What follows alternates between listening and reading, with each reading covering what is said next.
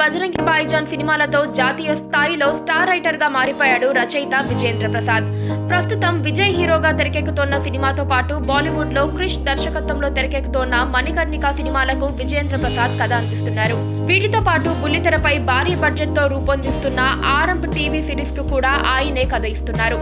ప్రస్తుతం చేతి నిండా సినిమాలతో బిజీగా ఉన్న ఈ star writer Tollywood power star Pawan Kalyan కోసం కథ రెడీ చేయాలనుకుంటున్నాడు. పవన్ కళ్యాణ్ వ్యక్తిత్వం, నిజాయితీ అంటే తనకెంతో ఇష్టమని విజేంద్ర ప్రసాద్ ఆ అంశాలతోనే ఆయన కోసం ఓ పవర్ఫుల్ కథను రెడీ చేస్తానని తెలిపాడు. త్వరలోనే ఆ కథ రెడీ అయ్యే ఛాన్స్ ఉందంటూ పవన్ అభిమానుల్లో జోష్ నింపాడు.